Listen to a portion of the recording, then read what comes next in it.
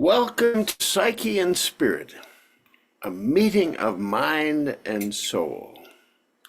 I'm Rev Neal Worthington, the Minister of Unity of Payson, Arizona, and I have a passion for discerning truth and practicing it in day-to-day life. And my cohort is... Hi, I'm Dr. Donna Steckal. I am a licensed psychologist, although I'm retired now. But I still use my Dr. Donna when I teach courses for graduate level students, psychology courses. And I'm a certified trainer for the Center for Nonviolent Communication and a licensed Unity teacher. Happy to be here. Thank you, Donna.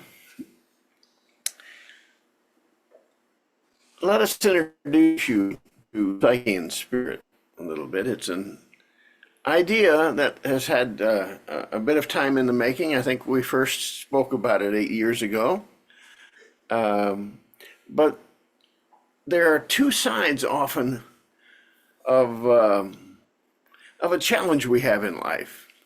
One may be a spiritual challenge, and we work with that, but there's also often a psychological challenge, something in the psyche that when we understand it, we help ourselves become whole in the process.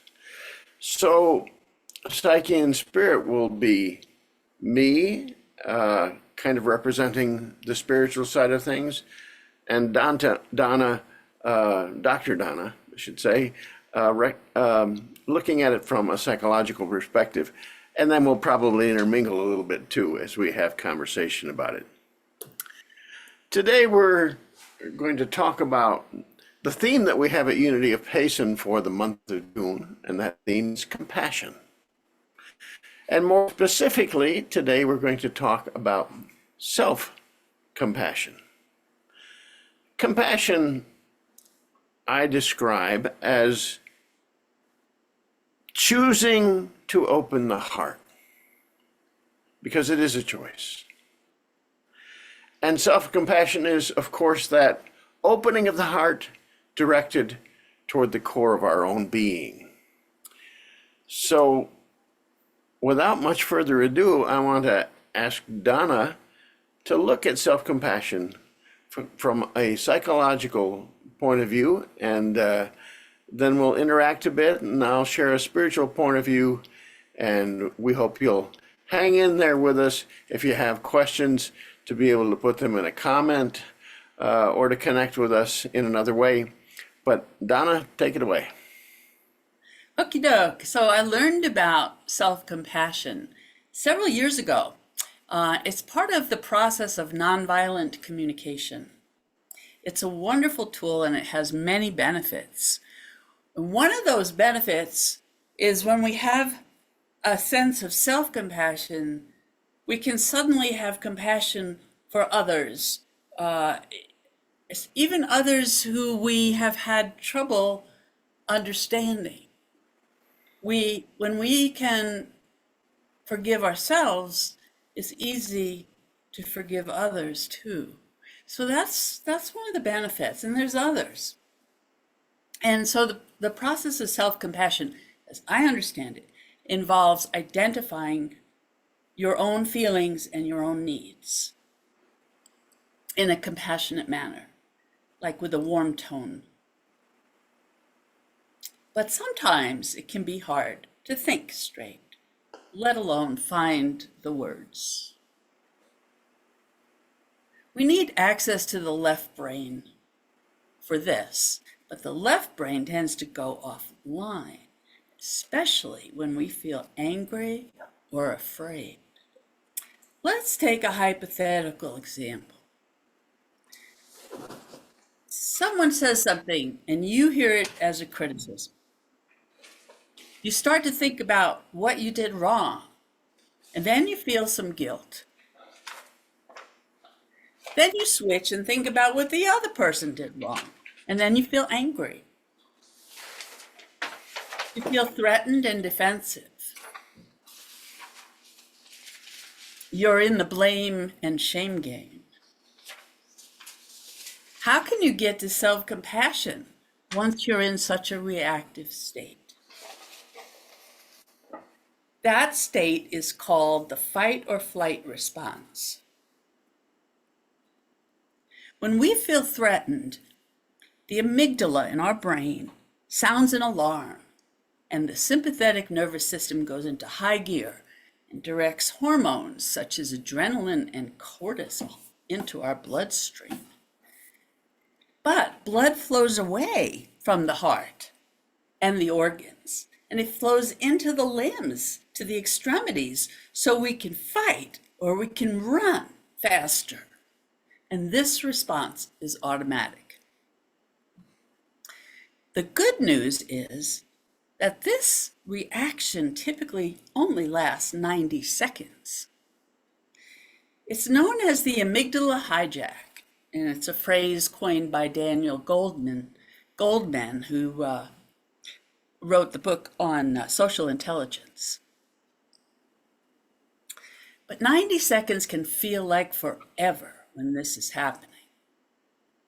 Our blood pressure goes up, our heart races, we feel tension in our jaw, we want to move, our mouth gets dry, we can't rest, we can't sit still, we want to pace. And when this is happening, our thinking and our reasoning go offline and we are in survival mode.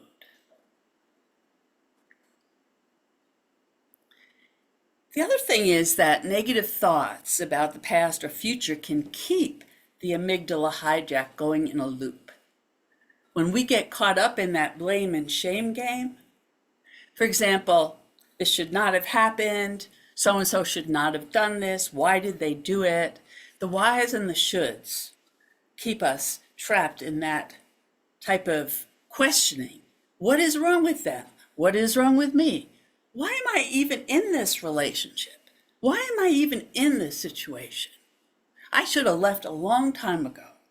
Lots of demands and lots of criticism. And it may seem that these feelings will go on forever. But if we can remember, it can stop within 90 seconds. We can remind ourselves that this feeling will pass.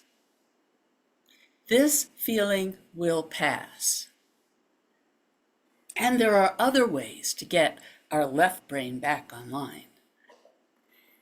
A simple way, and one you may have heard of, is diaphragmatic breathing. This is a wonderful free tool you can use anytime, and it's a physical grounding tool. Diaphragmatic breathing alerts the parasympathetic system that the threat is gone, so we can rest and digest and think again. So naturally, if there really is a threat, when that ends, our body will take a deep sigh of relief. Like, phew. And that signals the parasympathetic system to take over. So by deep breathing, we can trick the system and do it manually.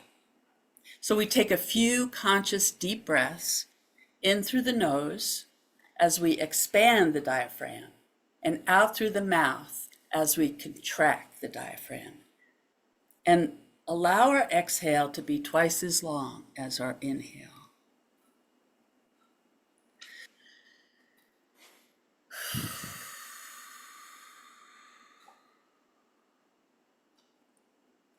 I feel better. So we also want to use neutral language. We don't want to have negative thoughts. So we want to use neutral language. And you can use numbers as a neutral language. For example, you can guesstimate your stress level on a scale from 1 to 10. And if it's above a 5, you can repeat the breathing, take some more deep breaths. And we can also say a safety statement, which can be very helpful. So I'm going to give an example of a safety statement. What I'm going to say is the time, the day, the date, and where I'm located. And then I'm going to end it with, I am safe right now. So for example, today is Sunday, June 2nd, 2024. The time is 6:10 p.m. I am in my office, sitting at my desk, looking at my laptop. I am in the present, and I am safe right now. Now I'm going to take another deep breath. I'm going to say, hey, what's my stress level on a scale of 1 to 10? It's about a 5. Okay, that's good. Now, I'm almost ready to think straight, almost. But I'm going to go just a little further and bring in the right brain presence to help me become even more calm. And the way I'm going to do that is I'm going to identify my feelings instead of with words. I'm going to start by identifying the feeling experience in my body. For example, where is it? Is it in the chest or the belly? Or is it in the throat? Where is the feeling? Whatever's left of it. What size is it? How big is it? And I would measure that with my hands, try to get a sense of the size. And then the shape.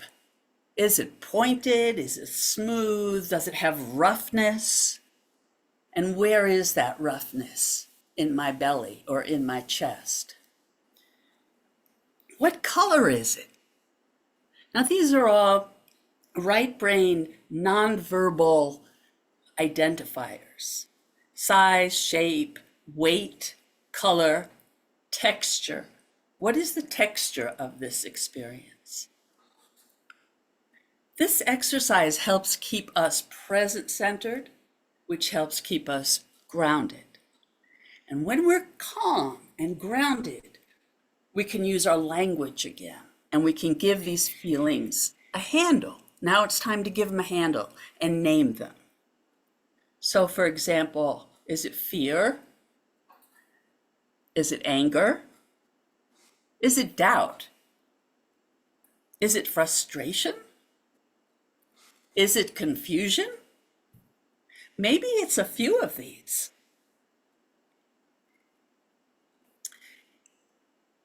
And once we get a handle on our feeling words, we can then identify our needs. So often when we feel afraid, our need is for safety, emotional safety. It's very rarely for physical safety. Maybe 5% of the amount of time we get reactive is productive. It helps us escape something. The rest of the time, it's our perception. It's the way we hear something or think of something or are reminded of something that's not really real right now, but it still goes through the system and creates that fight or flight response whenever we feel threatened. So other needs could be, besides emotional safety, could be order, stability, reassurance, trust, needs like that. And if we're feeling angry, we may have needs for fairness, respect, consideration, acknowledgement, or to know that our needs matter. Sometimes we just need to know that our needs matter. So what we can do is we can use a process called resonance, which is a warmth, a sense of warmth in our tone. We can speak our first name and then guess our feelings and needs. And this can help to calm us and bring more of our thinking, problem-solving brain back online. So this could sound like, Donna, are you feeling worried and needing reassurance? And are you feeling confused? And do you need some clarity and direction right now? Now, what I want to do is I want to listen for how these guesses resonate inside of me. And when I can say, yes, yes, that's what I'm feeling, yes, that's what I'm needing, then I'll be ready to problem solve and think about strategies to help get these needs met. So I'm almost done with my talk on this, but I have a couple more things. So not only does self-compassion help us heal our emotional pain, but it sets the stage for self-care behavior. Because I'm going to do something to help myself feel better, like maybe take a walk in the cool evening, maybe write in a journal, maybe make a phone call to someone I trust. I'm going to do something at that point to help get my needs met. And that's an automatic reaction too. And self-compassion is also a bridge to compassion for others. I know I said that in the beginning, but I want to just say a little bit more about that. So, using nonviolent communication, we can translate our judgments. And there's a formula for this. I'm going to say it slowly. The opposite of a negative judgment is our unmet need. I'm going to say it again. The opposite of a negative judgment is our unmet need. So for example, let's say you're judging this person as being inconsiderate. Well, likely your need is for consideration. That's the opposite of inconsiderate. And the judgment has a little clue in it too. Like if you think someone is being disrespectful, you likely have a need for respect. Hearing the need without the judgment keeps you in that place of presence and keeps you ready to engage in self-care behavior and to be there, to be a presence around others.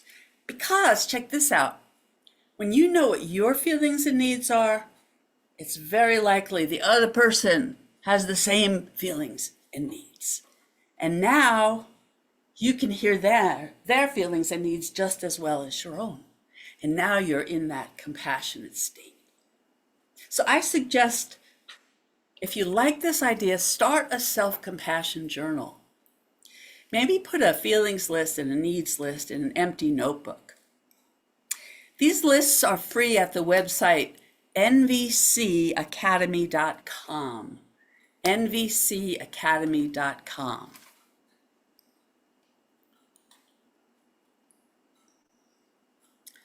So, and then you could check in each day, maybe in the morning or the evening, your choice, and ask yourself, how am I feeling?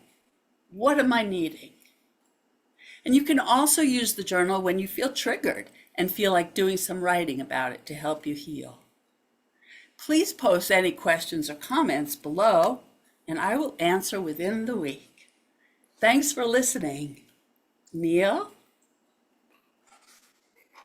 I'm listening. I find so many things that are aligned. What you're saying has much alignment with what I feel from a spiritual point of view.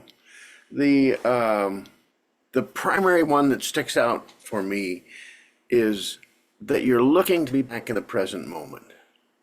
That is a spiritual principle that says we don't live in the past. We don't live in the future. The only time there truly is this very present moment. And it's in this present moment that we have our power. So I think from a spiritual perspective as well, the present moment, being here now, is important. And you've given us some cues as to how we can kind of set ourselves up to be able to experience that presence. Because however much we might want to be spiritually on top of compassion and on self-compassion, Sometimes there's a little work to do that doesn't seem to be so spiritual. Maybe it comes more from the psychological perspective in order that we can be set up to be able to experience self-compassion. The Christian scriptures, kind of a universal principle, love your neighbor as yourself. You've heard that over and over again, akin to the golden rule. Well, notice the last two words of that, as yourself. It's almost a prerequisite. If you would be able to love, if you would be able to extend compassion to anyone else, it has to be directed inwardly. It has to be directed to yourself at first. Now, that yourself is a funny word because it almost seems like there's two of you there, you and yourself, you and self. But it's not quite so, because our uniqueness as an individual is made up both of our personality, our unique identity, all that's unique about us, and as well the divine that is within us also. So we are a soul, and I like to think of the soul as a meld of that divine within us and the uniquenesses of who we are from a day-to-day perspective.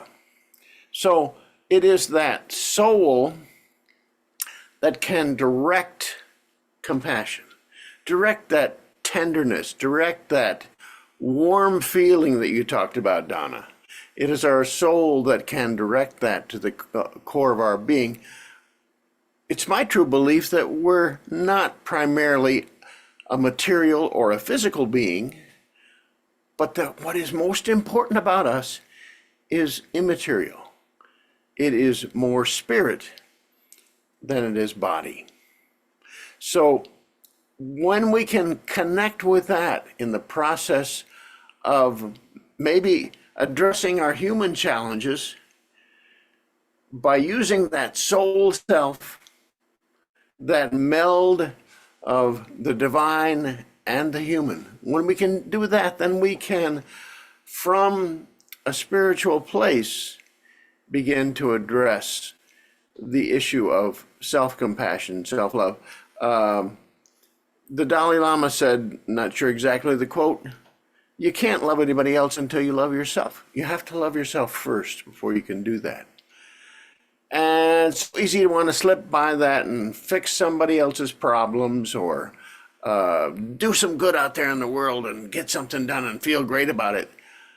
But no, the prior requirement is for us to be able to extend that tenderness to ourselves, be kind to ourselves. And as Donna has shared with us, there are some ways, some tools that we can use to be able to get to the place so we can do that.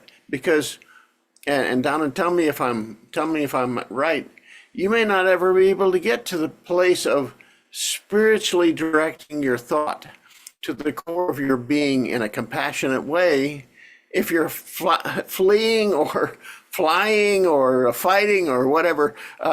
You just can't get there. I think you said you have to be able to get through that 90 seconds at least and address the situation so that your thinking brain can be back online, so you can even proceed with some of the spiritual tools that you may have. Did I say that fairly? Yes. And also, spiritual tools can help us promote presence. Regular meditation like that helps us promote presence. So when we do go into fight or flight, we can get back to present much more quickly because we're trained. Yeah, I love that. It's my that we talk and act into the world far more than we need to. What we often need is that place of quiet, that place of presence, because it's there that we heal. It's there that we have insight. It's there that we have inspiration, but we have to be able to get there. So those psychological and those spiritual tools, meditation, deep breathing, spending time in nature, these are all human tools that have great spiritual impact.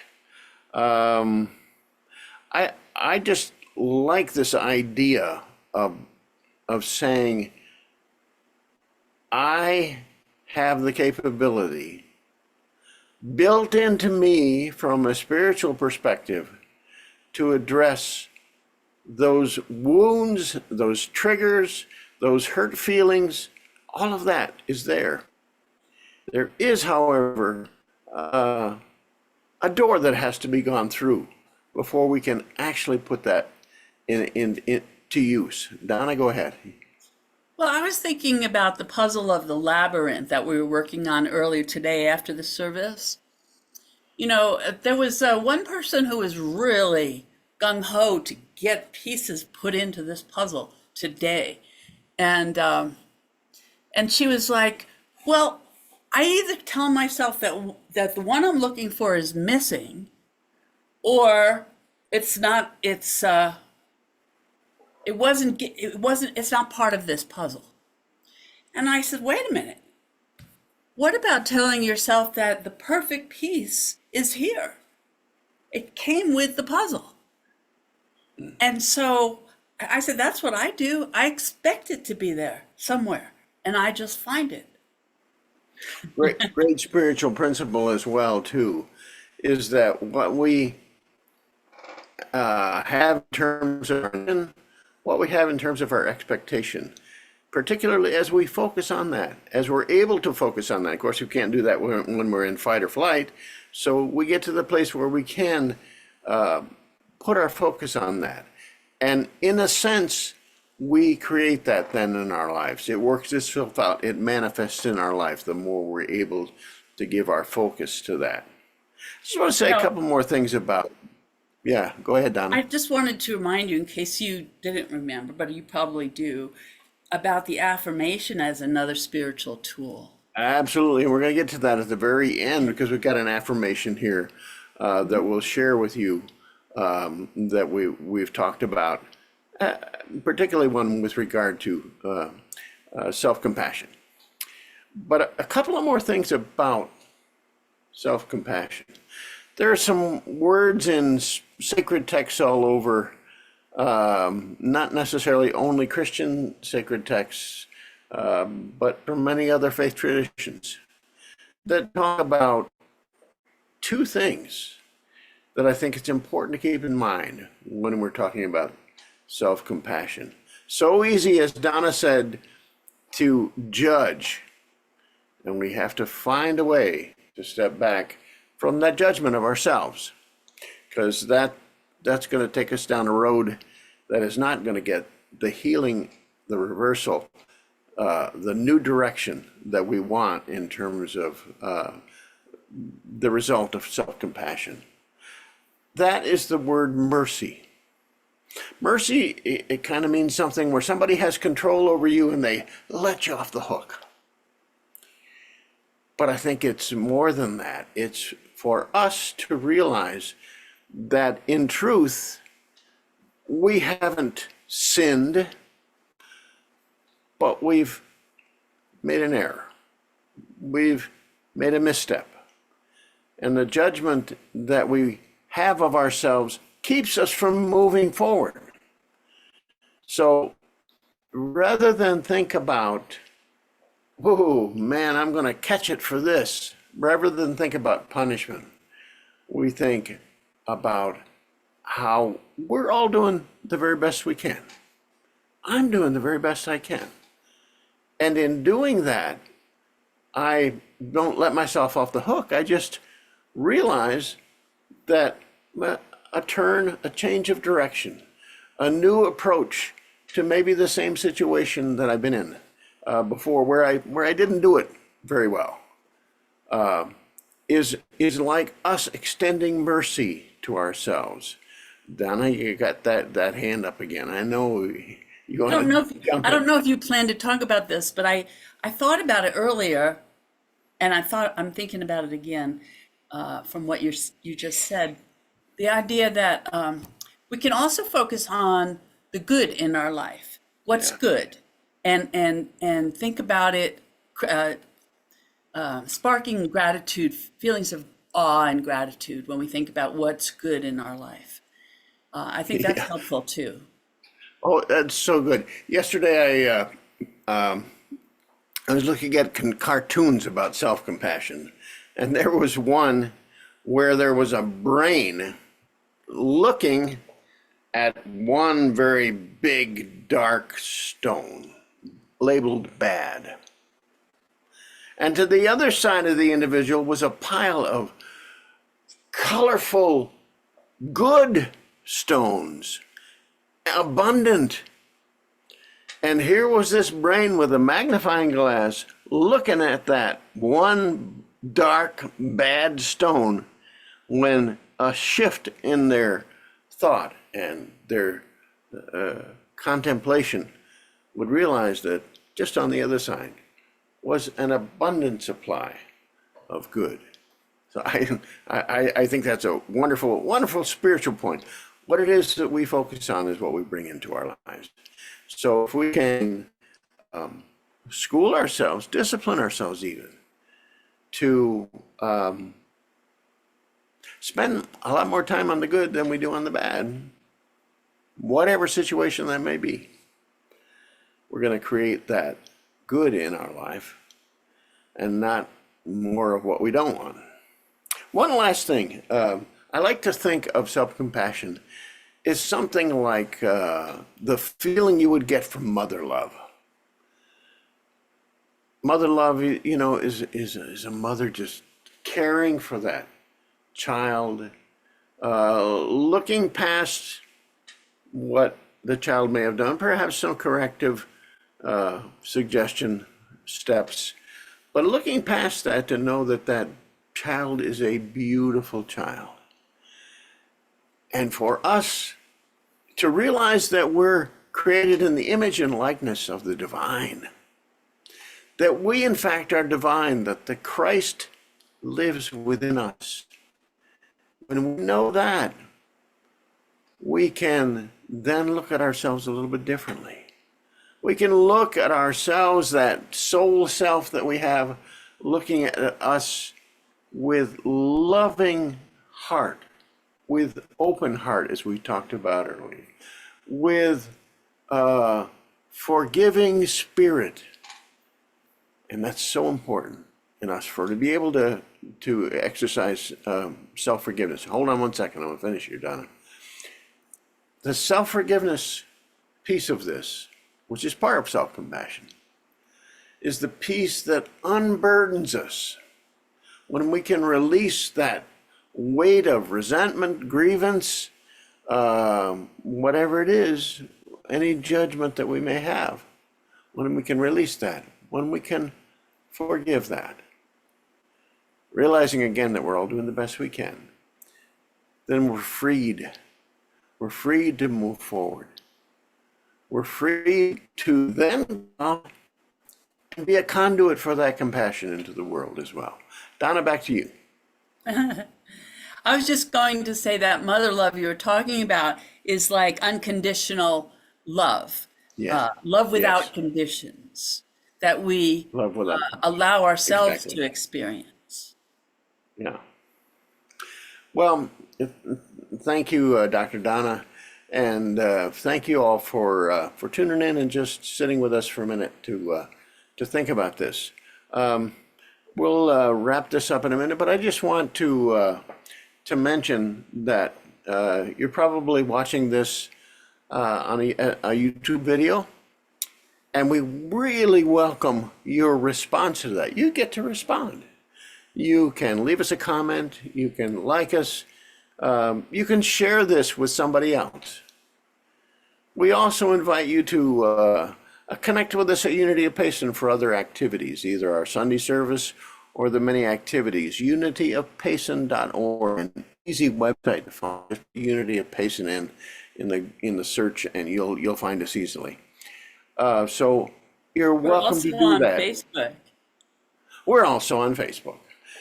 So you can find us. If you have a response that you really want to get to us, you've got ways to find us. You can go to that website, Unity Payson website, and send us a message there, and we will surely respond to that. I check daily and try to respond promptly to that, and Donna told you that she'll also respond to you if you have question or some feedback that you'd like to respond.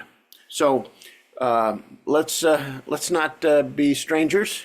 Let's connect in one of many ways that we can do so. And so Donna is putting the screen share up again, and we put together a short affirmation. Short affirmation that goes with this. If you have a phone, you can take a picture of it. If you can do a print screen, you'll have that affirmation for yourself. But let me just go over it with you to conclude our time together. And here it is. Compassion from the divine in me flows to and through my heart, and I am lifted up. Thank you for being with us today, and we'll look forward to seeing you in one way or another very soon. Have a good evening.